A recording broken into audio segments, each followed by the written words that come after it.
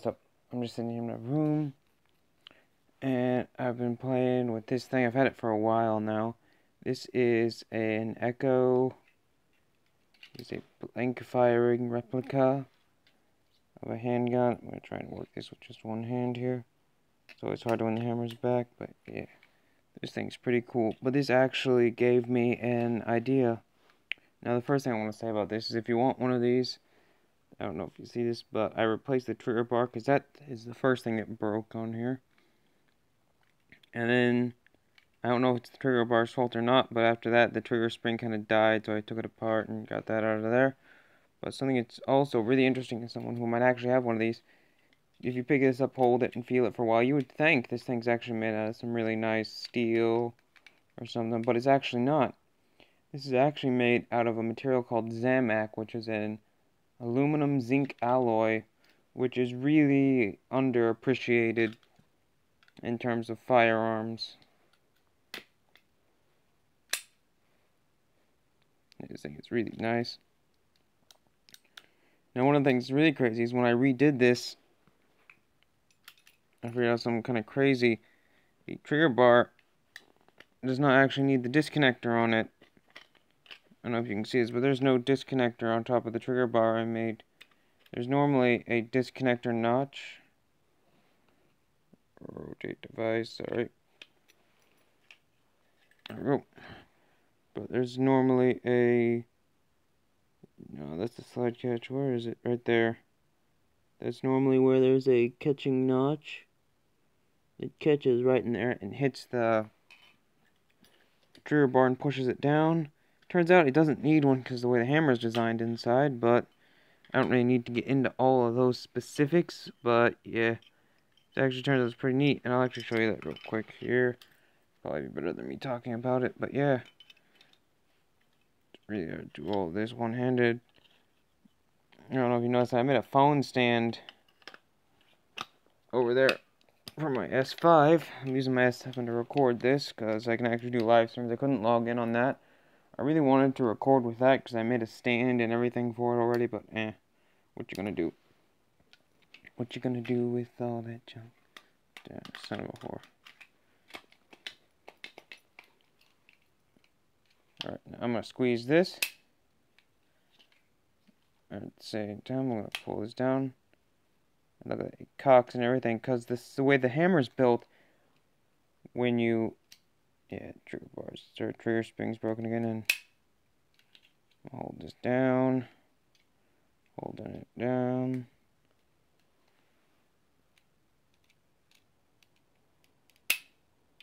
The way the hammer is whenever the hammer falls, as it's swinging forwards, there's an underside underneath this. I don't know if you can tell, but it's split in half right there. That is for the metal rod in here that is under spring power to push forwards. But on the front side of the hammer, there's a tab on this half of it, which sticks out further than this half, which is the side that gets caught by the sear in here. It's a big metal bar. I would take the grips off. I would have actually taken the grips off before I started, but I wrapped electrical tape and I didn't want to cut it off just for this video. Actually, you know what? Hang on a second. I'm just gonna... See how much faster that is when I just use my other hand? Alright, now inside of there should be a... Oh, well, I can't see this, but yeah. There's a metal bar inside of here. Yeah, you can see it moving right there. Yeah, right there. See it moving? That's the metal sear bar, which catches on the front side of the hammer, and then the trigger bar comes in and pulls that out of the way. Oh, by the way, this weird trigger bar, it won't work unless the magazine is in the gun to hold the trigger bar in just the right position. So I'm not going to stick it all the way yet. I'm just going to... Alright, so see this right here?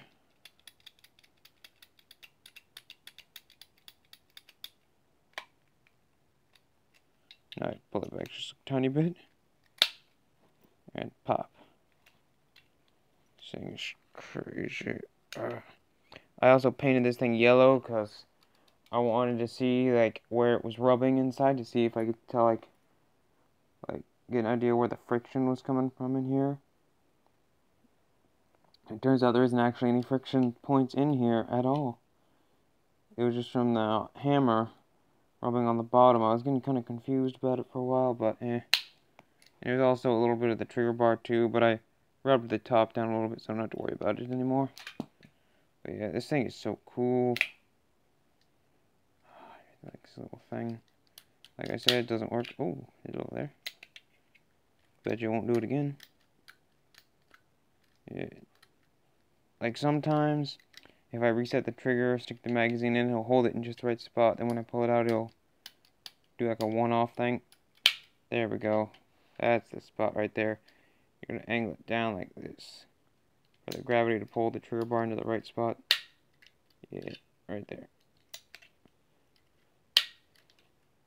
That would do it upright.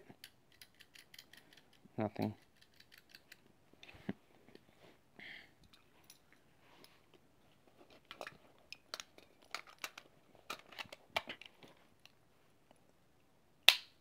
Yeah, magazine's back in there. Another thing I noticed is that this magazine, it's the trigger bar screwed up. It kind of like can tilt to the side now. But anywho, this isn't even anything what I actually wanted to talk about. I've gone completely off the rails here, but the thing is, I actually wanted to start like trying to make something kind of like this. Another thing I want to talk about, I don't know if you guys can see this ring. This ring is actually made from the same kind of alloy as this stuff. This one right here, I think, has more copper and magnesium than my ring does. My ring is mostly pure zinc because I want to practice casting it for fun. Actually, I'm going to hold it. Yeah. I actually casted this by taking a piece of I can remember. It was a object that someone had put they took plaster of Paris and they put sand in it. And just packed it all together and let it dry out into like a brick. And I just took it and cut a ring in it and just poured this in there because they were done with it. But yeah, I just cut the ring in there, poured this stuff in there, and yeah, that's what happened. And I just pulled this out after it hardened. Another thing about zinc, you can actually make it harder by cooling it, like quenching it in water, just like with steel. Apparently that works with zinc. I thought it only worked with steel. But I was watching some things. Turns out zinc and lead, you can actually make slightly harder by quenching them. And that's actually what people talk about when they say hard cast ammunition. It means that they quenched it. They cast and then quickly quenched it, and it got a harder exterior. Because apparently, on the molecular level, when the material is going from a liquid to a solid, if you quench it and it does that almost in unison at once, it overall has a stronger form than if it does it in layers. Because apparently, if you let it do it slowly, it'll cool, kind of like lava. It'll like get layers into it, and one layer might be slightly different from the next, and the next, and the next. So if you quench it, it'll just kind of all be one in unison. And actually, interestingly enough, one of the techniques you can use with steel is you can stick it in an oven and heat the entire thing up to about 300 degrees, and just let the entire thing heat up for a couple of hours, and it'll actually change the tensile strength of the steel to make it to where it can be more residual to like impact. And that's actually the technique for making springs. Now, another thing I wanted to do with this phone right here. Alright, Google's already open. Let's see here. Now, another thing that's interesting. People say, oh, it's a zinc gun. That's horrible. But yeah, there are a couple dozen guns that have plastic or aluminum handles. And it's, oh, that's fine. That's a Glock. That's an HK. They got polymer handles. That's fine, because I know that brand. I trust that brand. But all of a sudden you bring up zinc guns, and it's like, oh my god, no. But one of the things that's really crazy is there are quite a few zinc guns, like Jennings. Technically, I think it's considered Jimenez arms, not Jennings, but people pronunciate it Jennings. I don't know why. But yeah. Alright. Now, one of the things I want to bring up real quick is zinc stronger than aluminum? Here's a summary from Brillcast. Thinner, stronger walls results in smaller and lighter products with lower costs. Zinc die casting has tighter tolerances than aluminum or plastic die casting, which often eliminates the need for additional machining. Neither plastic, gray cast iron, or aluminum withstand impacts as well as zinc alloys do.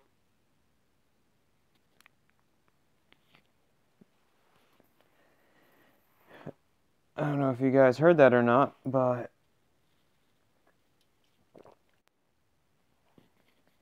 there we go. Alright, so I'm on 4G. Hopefully that fixed it. But yeah. I was about to say, did that make the quality better? Because it looked like it was doing better. I think it did. Huh. Now, isn't that something? Apparently, if I go with 4G, the internet speed rate increases enough that it just feels okay with doing a higher pixel quality. Huh. That is neat. I thought only the webinar things did that. Because I know for a fact webinar actually has a feature where it does that. But anywho, the whole point of this is I'm saying that I want to start making something kind of like this. Now I want to get into casting, and I want to make a gun kind of like this, but closer to like a Makarov. Because I like the Makarov design, but I'm going to do it in a 380. Because a 380 or a 22, because those calibers are a lot safer. And I'm going to, instead of make it into an actual physical gun, I'm going to make the receiver into an 80%.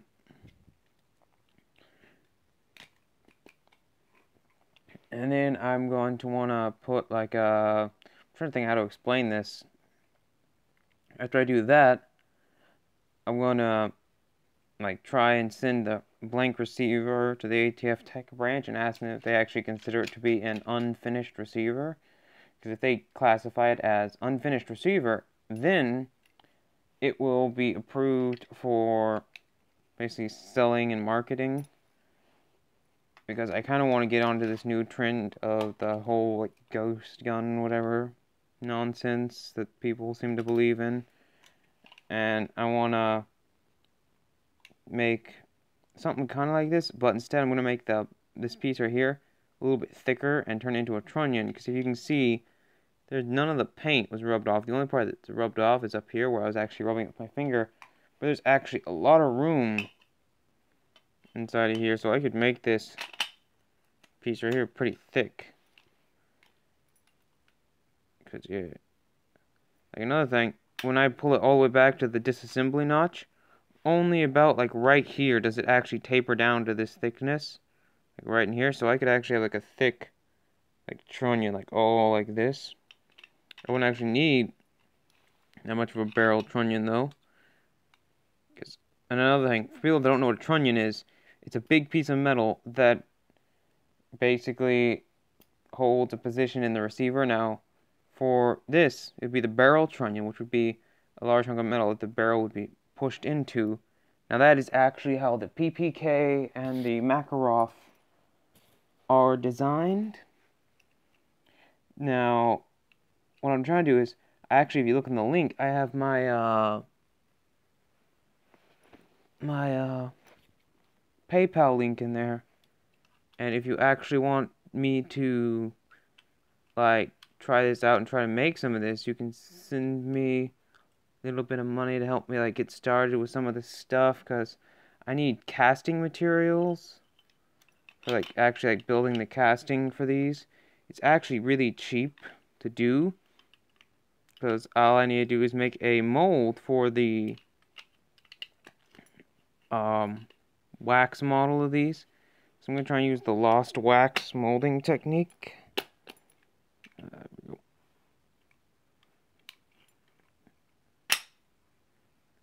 Because the lost wax molding technique is I'm basically going to take the receiver design I'm going with and I'm going to make it into a wax model first. And then I'm going to take that wax model and I'm going to cover it in plaster and only leave like a little tiny piece, like maybe the end of this, sticking out of the plaster. Then I'm going to take it, I'm going to stick it over a heater. I'm going to heat up the plaster, melt the wax out, and I'm going to keep this thing heated up. Then when the mold, the actual piece of plaster, is done, I'm going to tip it right back up, and there's going to be a hollow cavity where the wax used to be, and then I'll pour the zinc into that. And then I'll get a perfect model of what the zinc, or what the wax piece used to be, and I can make a model for that piece of wax and consistently make that piece of wax and then I can just like break the plaster. Technically, most plasters you can break it, add a little bit of soapy water to it, stir it up, and you can then reuse it. So I might not even have to worry about that. And another cool thing is that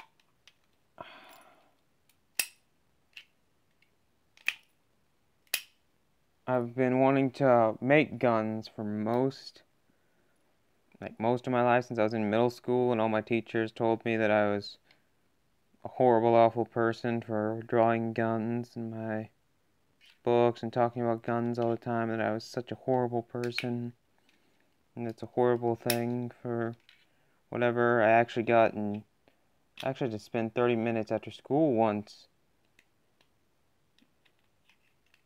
because I said something, and then my teacher said, like, don't talk about that. I'm like, what? And she's like, and I thought she was joking.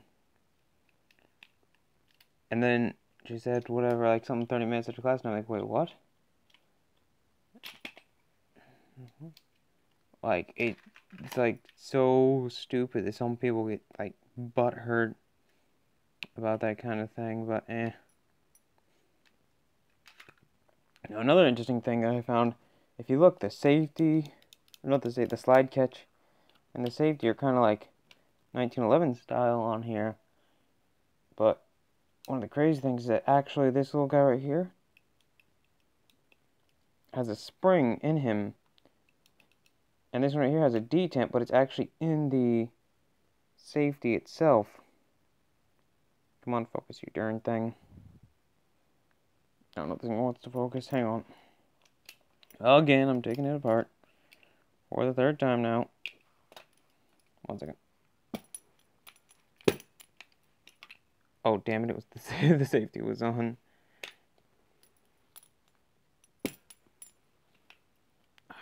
This thing is so hard to do one-handed.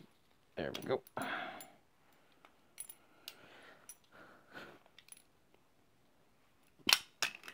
God damn it. Hang on a second. I swear it's so much faster when I have both hands.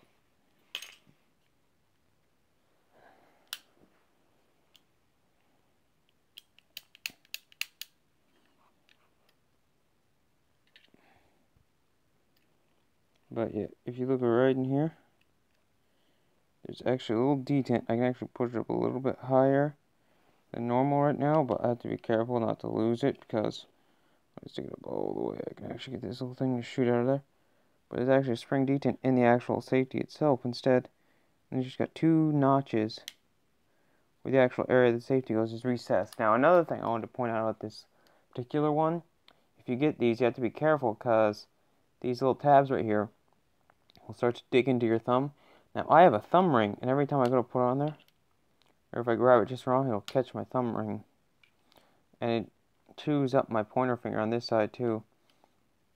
Especially if you're used to, like, hitting if you want to, like, continuously hit the release. It starts to bother at the bottom of your thumb, especially this little corner right here.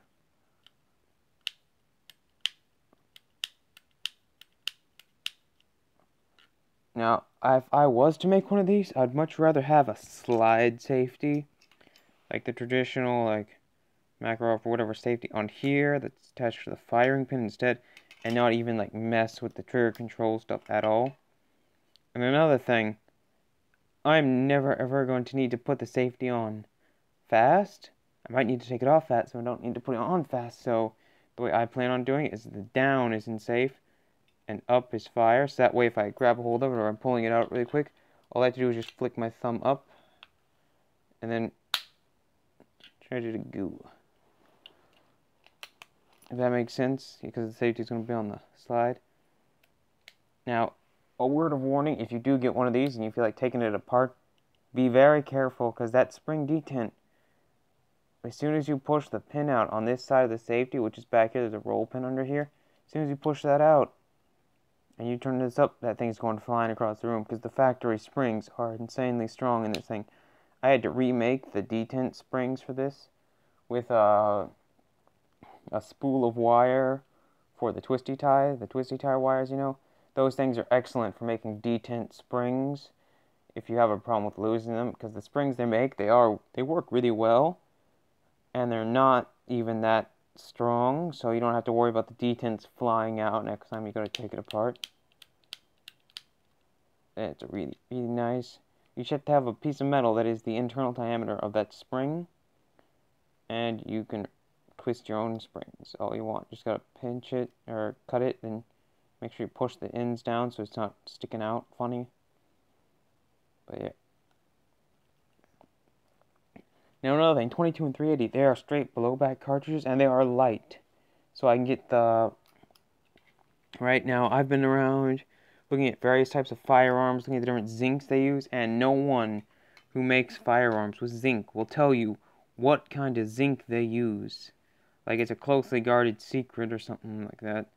So I've been going around trying to find out, like, what's a good zinc for firearms. So I just hit Wikipedia, because they have all of the strengths listed. Interesting fact, zinc has a higher Bernal than aluminum. Now, Bernal, for those of you who don't know what a Bernal is, a Bernal is the measurement of what an object can be dented. Now, there's actually a machine called a Bernal machine. Imagine that.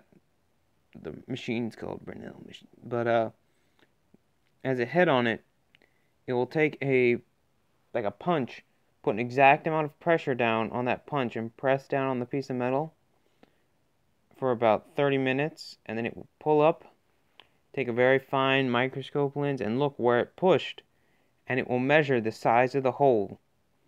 And based on that size, it will be able to tell you what the Bernal hardness is of the specific material. Stainless steel is a 200 Bernal. Most zincs will be between, like zinc amalgamated alloys, will be between 80 to 111 is usually where they fall in there. And they will have different, like, PSI pressures. A PSI is like, imagine you made like a gas tank. Not like a whatever gas tank, but like a CO2 gas tank. Actually, I might have one of those around here somewhere, but screw it. I'm not gonna get up and look for it. Like a CO2 canister, those need like a special pressure. Like if I was to take zinc and I turned it into a CO2 cartridge, like how much gas pressure would I get before it popped like a balloon? Like that's the PSI pressure on these.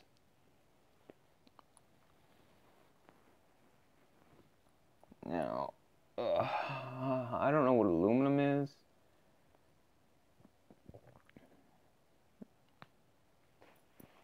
But I know most zincs will get between 20,000 and 50,000 PSI. I mean, I've been doing a lot of research into these things, and I really want to make a like a zinc Makarov, but I don't really have the money to do that. But like, if you want to help me with this, you can. If you don't, it's cool. But yeah, I've been wanting to make a Makarov or PPK style 80% for a while. The distinction between a Makarov and a PPK is that a PPK has so many more parts. Like, I think a Makarov, it's like less than 20 pieces in total. That includes like all the grip screws, the grips, everything, every single piece. The receiver and slide are also included as a piece. And the thing I was looking at, one second, I'm just gonna put this back together real quick. Oh, darn it, that's what it was. Alright. So, for those of you real quick, this piece right here, the fat end that goes underneath here to touch this, sometimes it will slip up and it will touch the shackle up here, so you gotta pinch these two together to get it to slip past and go back here.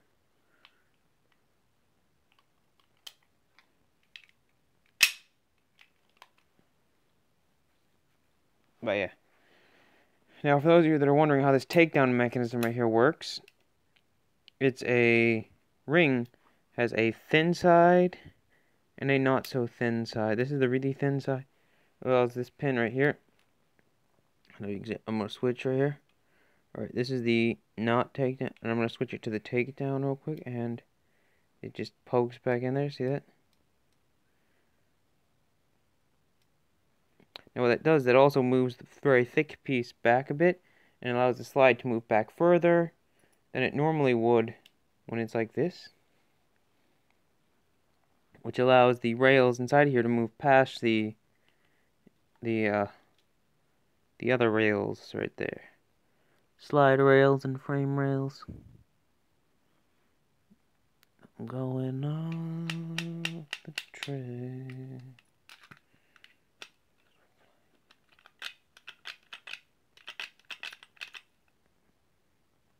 Alright, now I'm gonna switch it to the takedown real quick, and it's hard to do when the springs compress because it'll fight you. There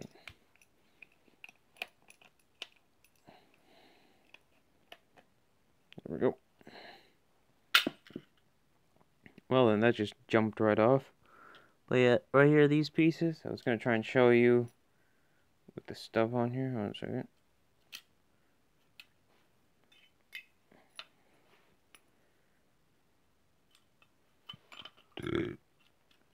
Sorry about that.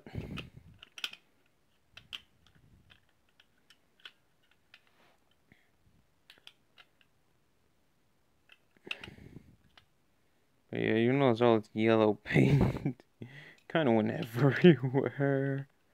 And there's also another thing I was checking out was the catch. I should have put some on the magazine lips too. Cool your stuff, slide.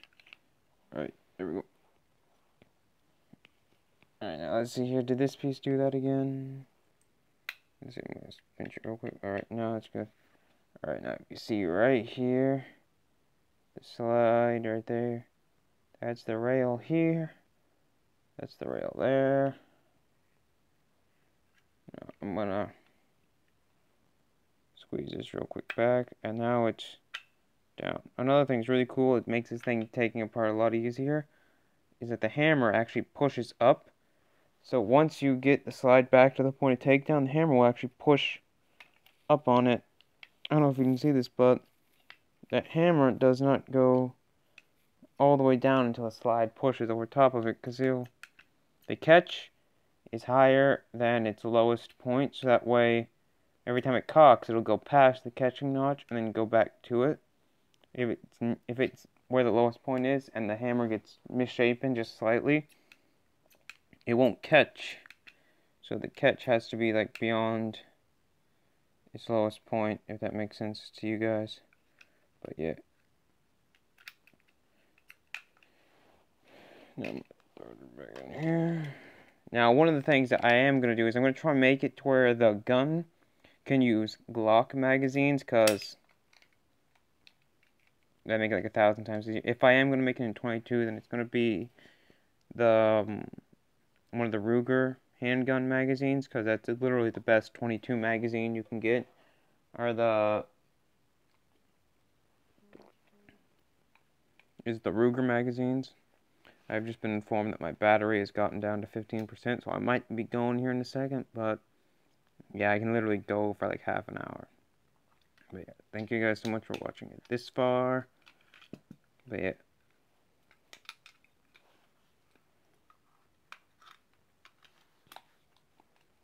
But I really just want to start making something like that.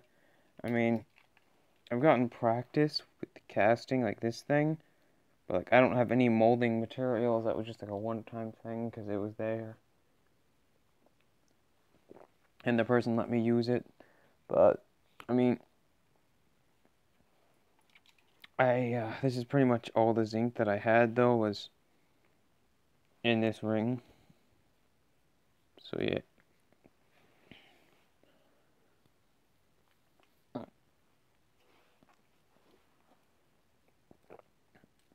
Because this little thing right here was about 10 pennies worth of zinc. Now, if you're confused as to the terminology of 10 pennies, 10 US pennies, because a lot of people don't know this, I'm just gonna slip this up. pennies have a zinc core. Now, I said this was pure zinc. It took a little bit of finagling, but I got the copper jackets to float up to the top and go away. It took a little bit of a while, but I got it to go. But yeah. And it looks really rusty. That's because zinc has a tinge to it. It gets like a brownish tinge.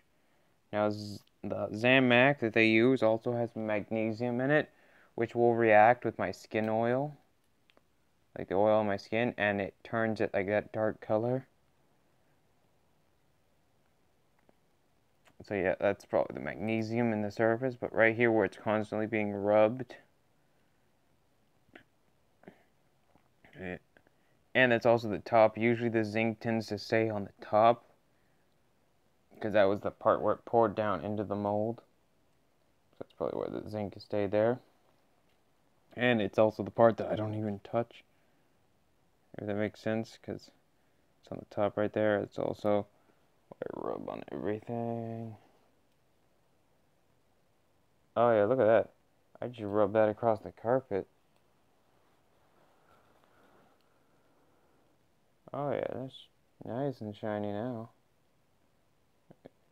I guess the part that got whatever on it, the magnesium on it, apparently easily rubs off. Now, like this thing right here, it's spotless. They have a coating on these where they put a layer of copper down.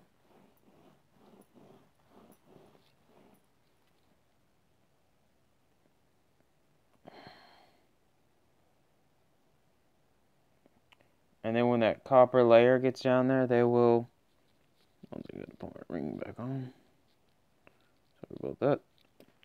Once they got the copper layer down, because a lot of people don't know, is copper will plate to pretty much any metal. Now, that being said, it means that it will plate to zinc, and it will also plate to any other metal that you want to be on top of the copper. That's why people use copper when they plate things.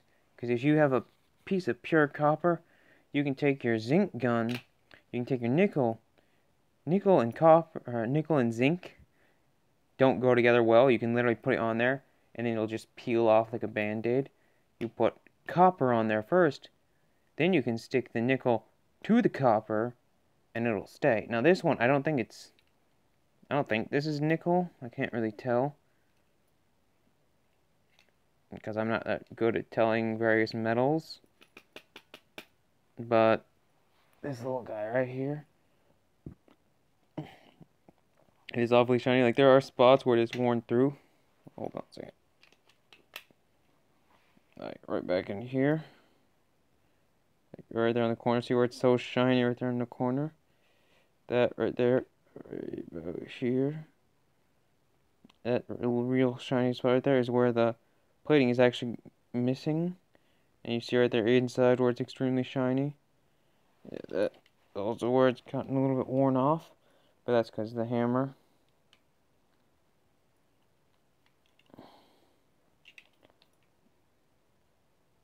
And the barrel, it's pretty much worn smooth of any plating. But that's mostly because I sanded it a couple times trying to make it really smooth so it wouldn't mess with the slide. Not really because I had to. I didn't really need to do anything. But like every once in a while I'll close the slide, it'll push the magazine out. But I figured out that's because the magazine lips aren't perfectly straight. But yeah, oh, my phone just told me I got low battery. Yeah, it's at 10%. I've been talking for way too long.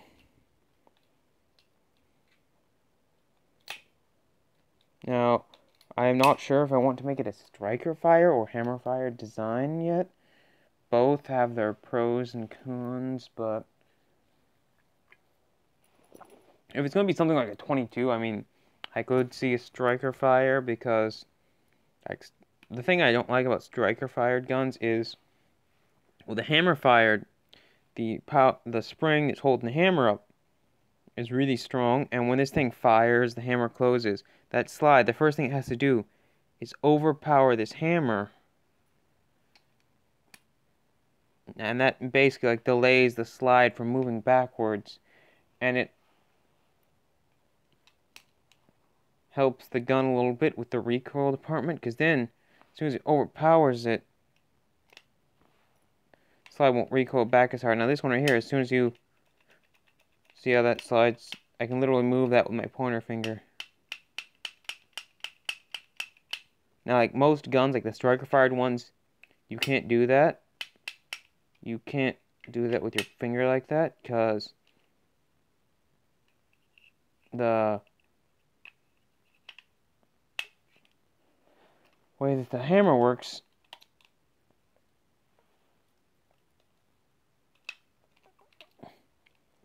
or the striker fire ones, because it has a striker on it, the spring for the slide has to be strong enough to cock the striker back. At the same time, it has to be strong enough to, or it has to fight the striker spring. At the same time, it has to shove a round in.